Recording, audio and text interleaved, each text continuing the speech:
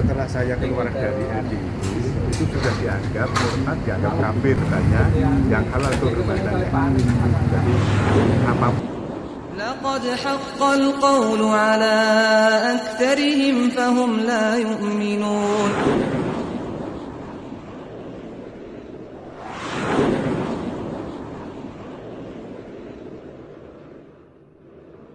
Lebih baik menyerah dan mengungkapkan semuanya sekalian. Pesan itu kita tujukan kepada jemaah yang tergabung sebagai pengikut Islam Jamaah di Meranggen, Klaten, Jawa Tengah. Khususnya mereka yang terlibat dalam aksi pengerusakan fasilitas dan lahan pembangunan TPQ Muhibbul Ilmi yang berlokasi di RT 02 RW 04 Dukuh Bayat, Meranggen, Klaten, Jawa Tengah yang terjadi pada 12 Maret lalu. Ketika itu sekelompok orang yang diduga merupakan pengikut Islam Jamaah melakukan musyawarah menyusun rencana untuk menimbun kembali sebanyak 11 lubang pondasi yang berada di halaman Masjid Baitul Ihsan, salah satu masjid milik kelompok Islam Jamaah yang berada di bawah naungan Ormas LDII atau Lembaga Dakwah Islam Indonesia. Lubang pondasi itu sebagai persiapan untuk pembangunan gedung asrama santri milik salah seorang mantan pengikut Islam Jamaah, yakni Haji Subiakto, salah seorang mantan pengikut yang pernah menjadi pengurus dalam organisasi LDII itu. Perbuatan menutup lubang pondasi milik orang lain yang dilakukan oleh sekelompok warga ini adalah termasuk pelanggaran pidana dalam kategori pengerusakan barang milik orang lain.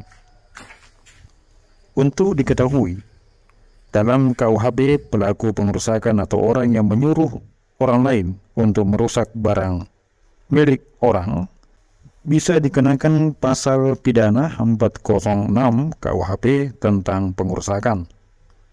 Diperkuat pula dalam pasal 521 Undang-Undang 1 tahun 2023 disebutkan bahwa setiap orang yang secara melawan hukum merusak, menghancurkan, membuat tidak dapat dipakai atau menghilangkan barang yang sebagian atau seluruhnya milik orang lain dipidana dengan pidana penjara paling lama 2 tahun, 6 bulan atau pidana denda paling banyak kategori 4 yaitu 200 juta rupiah. Kasus penimbunan lubang pondasi yang dilakukan oleh sekelompok warga Islam Jamaah itu kini telah ditangani oleh pihak kepolisian dari Resort Klaten. Kami laporkan ini adalah perkara terkait dugaan tindak pidana berupa pengerusakan tanah. Jadi klien saya ini memiliki tanah yang sudah digali mau dibangun untuk TPQ, tetapi diuruk kembali oleh oknum seseorang atau beberapa orang, diuruk kembali. Kita sudah melaporkan perkara ini sudah sejak tanggal berapa itu, Pak? Tanggal 13 Maret. Pada hari ini kita audiensi, jadi kita diminta ini keterangan oleh Kasat Reskrimnya langsung, bagaimana tahu kronologis aslinya itu seperti apa. Dan untuk itu, kepada para pelaku penimbunan lubang pondasi disarankan untuk sebaiknya menyerahkan diri, mengakui saja perbuatannya, sekaligus mengungkap siapa otak dari aksi tersebut. Sebab sudah menjadi kebiasaan para jajaran pengurus keamiran Islam Jamaah, baik yang disebut sebagai pengurus ke dalam maupun pengurus keluar, untuk berlomba-lomba cuci tangan berlepas diri apabila ada jamaahnya yang tersangkut masalah hukum.